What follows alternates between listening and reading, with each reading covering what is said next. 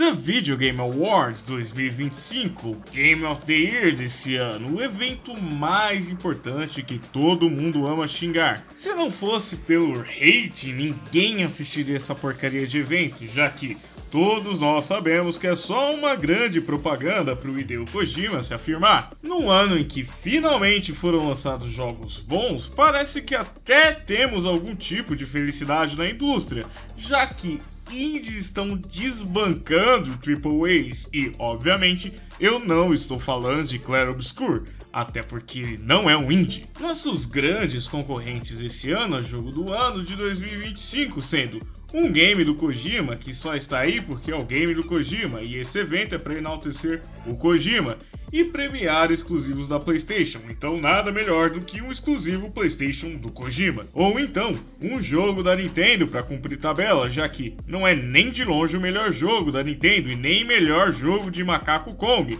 mas é o que a Nintendo conseguiu entregar no ano de lançamento do console dela. Ou então, um roguelike que tem menos de 15 minutos de gameplay, mas você vai perder semanas passando por trechos que, se esse jogo tivesse um cassino, seria considerado um jogo de azar. Ou então, um jogo de cavaleiro que é triste porque ele tem que fazer coisas de cavaleiro e, supostamente, coisas de cavaleiro parecem serem tristes. Ou então, o jogo da Aranha Besouro, que conseguiu a proeza de ser maior do que o jogo anterior, que já era maior do que deveria. Mas dessa vez a sua grande evolução é que a protagonista fala. E não menos importante do que todos esses, o jogo de RPG em 2025, que tem a cara de pau de ser lançado um RPG de turno, enquanto toca uma música de fundo para você ficar esperando o seu inimigo te bater enquanto você espera ele te bater também. E aqui temos os nossos concorrentes a Game of the Year. Antes de falar da principal categoria, é inegável que 2025 tiveram sim excelentes jogos, o principal ano pós-reclusão social de 2020 para os games. A variedade alta de jogos levou dos grandes nomes desse ano serem um Metroidvania liderado por 3 pessoas, um RPG de turno, mas ainda assim tendo espaço a um roguelike e um walk simulator que até tem um pouquinho mais de ação. Ver como games estão finalmente sendo lançados como produtos de entretenimento e não apenas políticos é um grande refresco nessa indústria. Além de franquias que já estavam declaradas como mortas, mas que reapareceram e em algum meio sendo premiadas. Porém, ainda existem alguns jogos que tiveram promessas incríveis, mas que não passaram disso. Categorias como melhor jogo de ação, temos grandiosos concorrentes da Microsoft, essa empresa maldita que vende a alma de crianças.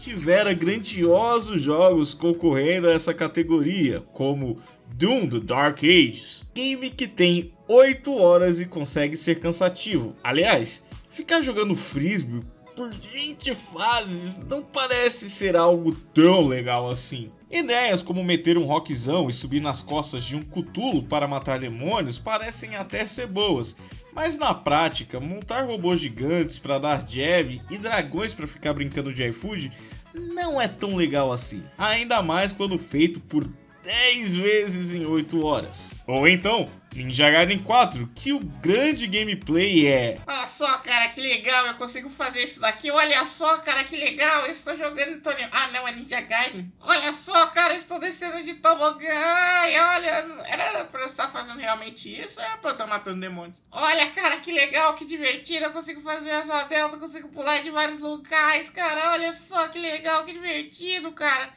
Isso daqui era um hack and slash, né? Mas que na hora de matar algum chefe é basicamente isso daqui.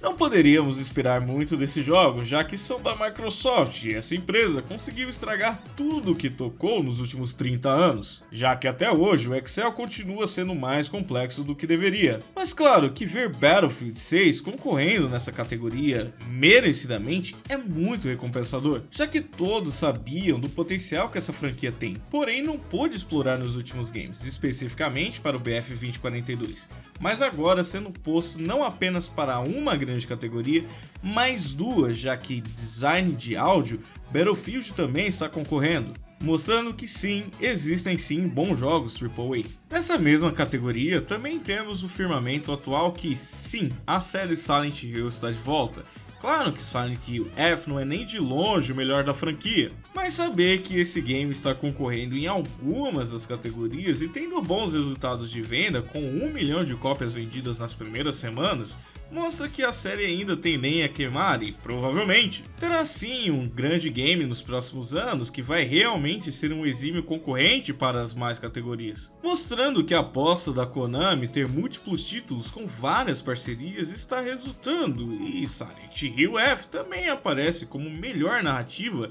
junto com mais 4 jogos, sendo deles 3 concorrentes a Game of the Year, o que mostra a força de Silent Hill ainda teve num jogo que nem é o melhor da franquia de longe. A outra grande categoria e provável segunda principal categoria do The Game Awards sendo Game Direction, tendo uma das nomeações mais complicadas com o Split Fiction, um game que poderia estar incluso na lista de Game of the Year, porém sem motivo específico ele está fora. Claro que podem haver alguns temas, como games muito similares dentro da própria empresa, no caso a EA, já concorreram e ganharam o Game of the Year. Então, para dar mais espaços a outras possibilidades, é melhor encaixar o game em uma segunda principal categoria. O problema é que essa categoria tem grandes chances de ser ganha pelo principal nome do Game Awards 2025, o que aí leva ao tema dos principais indicados do The Game of the Year.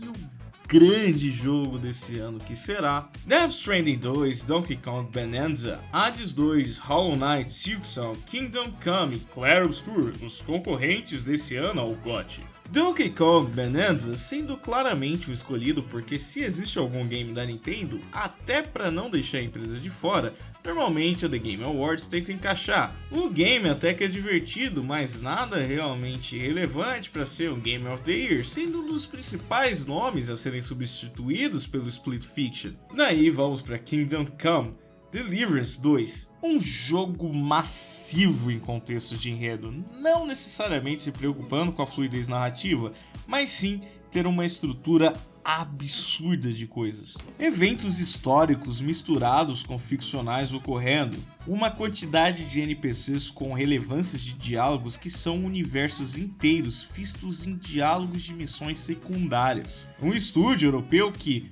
faz isso estando longe dos países que normalmente se esperam de produções de games europeias, e conseguiu pegar todas as informações de escolhas e consequências, quantidades massivas de personagens com subenredos e agregar num game só, o que leva justamente à história principal ficar um pouco perdida com tanta informação que esse game tem, o que geralmente poderia ser uma ideia ruim, mas como o game quer justamente passar o estilo narrativo de que o plot do protagonista é apenas mais uma história em meio a centenas de outras debaixo do mesmo contexto político de Idade Média, o que, para o intuito do jogo, essa falta de fluidez narrativa acaba colaborando para a escrita do game, mas que quando passamos a pensar em temáticas técnicas, o que sim é importante para a premiação como o melhor jogo do ano, Deliverance 2 acaba sendo bem frustrante e ultrapassado.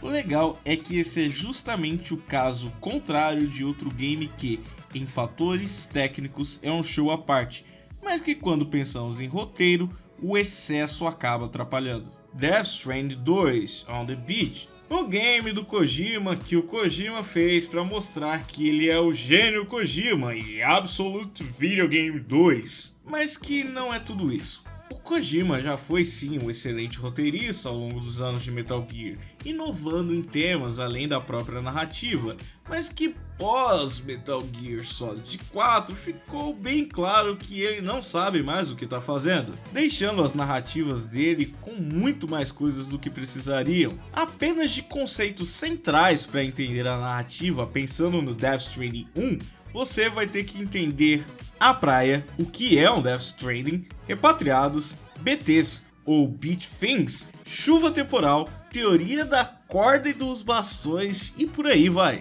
Além, claro, de uma quantidade de personagens alta, o que você vai ver uma ou duas vezes personagens que você sequer lembra o rosto. Perceba que o intuito desse game não é ter uma narrativa além do protagonista, mostrando que existem outras histórias além da sua.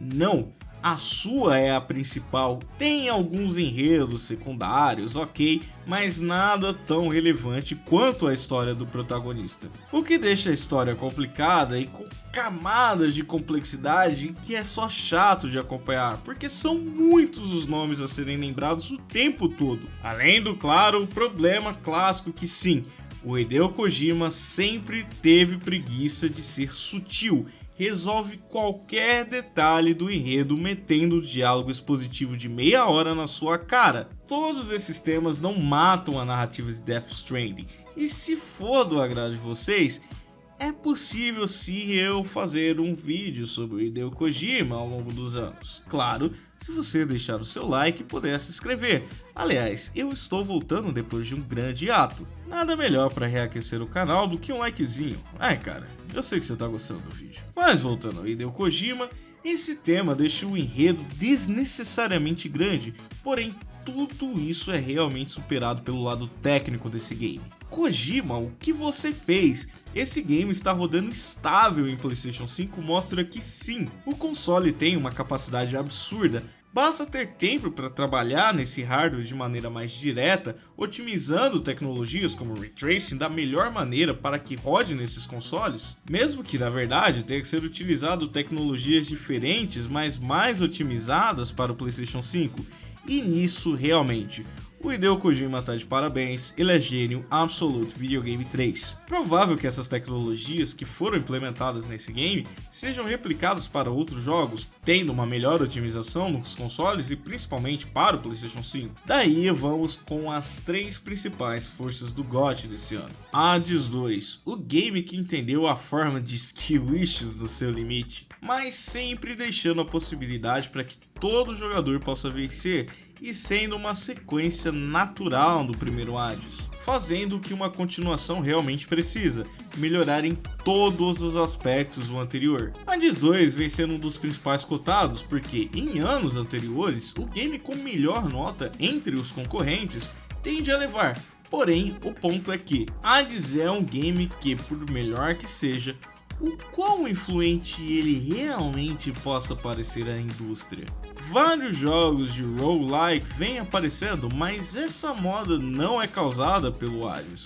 O Game of the Year precisa ser bom o suficiente para ser relevante, e Hades efetivamente não é tanto assim. Mesmo outro caso da lista que vai aparecer também é uma continuação, e tende a influenciar mais a mídia dos games do que o Hades. E o game nesse caso, Hollow Knight Silksong, provavelmente o jogo mais fofo dessa lista, o game que entendeu absolutamente tudo o que o antecessor havia feito de certo e errado, entendeu todas as críticas válidas e melhorou em tudo. Tirando o tempo do jogo, porque todo jogo hoje em dia tem que ter 50 horas, o game conseguiu a proeza de criar excelentes cutscenes feitas quase que no PowerPoint, e mesmo assim, graças à direção de arte, se tornou uma das experiências mais imersivas. Tanto o primeiro quanto o segundo game são jogos que sim, influenciaram e influenciarão a forma moderna de fazer um Metroidvania. Entendendo a fragilidade da obra por se tratar de um estúdio que, mesmo podendo expandir, preferiu manter-se pequeno para ter o controle total da obra, foi necessária uma direção muito boa, a ponto que uma simples frase como "sou filha de Hallownest" ter um impacto gigantesco, o que mostra a qualidade de escrita, direção de cena, direção de diálogos, que um jogo feito por um bando de Zé Bunda conseguiu. Pô, sério, olha pra esses caras. Ninguém diria que um cara desse conseguiria levantar mais de 10 quilos no supino. Tanto Hades quanto Hollow Knight estão nos patamares bem parecidos, destacados pelo fato de são feitos por estúdios indies. Hollow Knight se destacando ainda mais, pois o tempo de preparo do produto final, por ter sido muito mais longo, mostrou um resultado absoluto, se estendendo até mais do que deveria, algumas vezes no tamanho do game, mas justamente por ter tanto a entregar. Mas tem um jogo que está sendo colocado como indie, o que definitivamente não é, mas apesar desse tema, é o game mais cotado a vencer e com a maior quantidade de indicações da história do The Game Awards até então. E o jogo é Clair Obscur Expedition 33, o jogo que consolida todos os aspectos colocados em outros jogos, talvez não de maneira tão acentuada, mas ainda assim relevante. Tendo a criação de um universo muito grande, a complexidade dentro desse mesmo universo, a qualidade de um jogo fora do circuito AAA de maneira tão grande e mesmo utilizando coisas já estabelecidas no mercado, porém essa qualidade muitas vezes sendo mais pelo fato da criação do próprio produto em si do que pelo game. Uma das coisas mais ditas atualmente na mídia de games é sobre o cansaço que o AAA vem tendo. Um centro de custos de 300 milhões de dólares se torna um risco muito alto, com 150 pessoas envolvidas em um projeto de 8 anos. Se uma palha sair do lugar, tudo desmorona. O simples fato de um jogo ser lançado 2 anos depois de uma certa modinha já condena completamente o game. Aliás, o exemplo dado, caso fosse lançado em 2020, poderia até ser que desse certo aquela temática. Enquanto isso, um jogo não independente, mas sim um Double A, mostra a real complexidade que a mídia de jogos tem. Um projeto AA feito por 32 pessoas e a liderança de um cachorro, com algumas contratações de consultorias esporádicas e um fator de 20 milhões de dólares em 6 anos, mostrou que a criatividade ainda segue em projetos com escopo reduzido e dá um tapa na cara de grandes produções. Clair Obscur é literalmente um RPG de turno em 2025, gênero esse que afasta muitos jogadores. Mesmo tendo casos de franquias que migraram para o turno e tiveram uma boa aceitação, mas ainda assim é um risco gigantesco. Mas Expedition 33 manteve a ideia até o final. Ideia essa que foi rejeitada pela Ubisoft por não se adequar aos padrões genéricos da empresa. O que foi feito com isso? Um game que sabe as limitações técnicas e usa da melhor forma. Opções mais baratas no mercado, desde um celular para captura facial de movimentos, contratações aleatórias por fóruns e um cachorro como parte da equipe. Resultado foi um dos melhores títulos nos últimos anos, tendo uma direção de arte absolutamente fantástica, uma qualidade de escrita boa o suficiente para não deixar os games que são os mais relevantes dentro desse mesmo aspecto correrem sozinhos, tendo alguém no mesmo nível, mas em variações de narrativas distintas. Além, claro, ser a melhor trilha sonora de longe desse ano. Esse jogo realmente faz qualquer cabra derreter nos olhos com as músicas. Agora, ele não é um indie, e isso é uma discussão para outra hora. O papo é: depois de muitos anos, finalmente chegamos num The Game Awards com vários jogos bons concorrendo, Clair Obscur sendo o destaque, já que só não está como melhor jogo de esporte porque não deixaram. Mas é claro que não dá para botar a mão no fogo por nada que aconteça nesse evento, que vem a cada ano se destruindo mais. Dito isso, o meu palpite para Game of the Year de 2025 é GTA 6. Uma boa noite.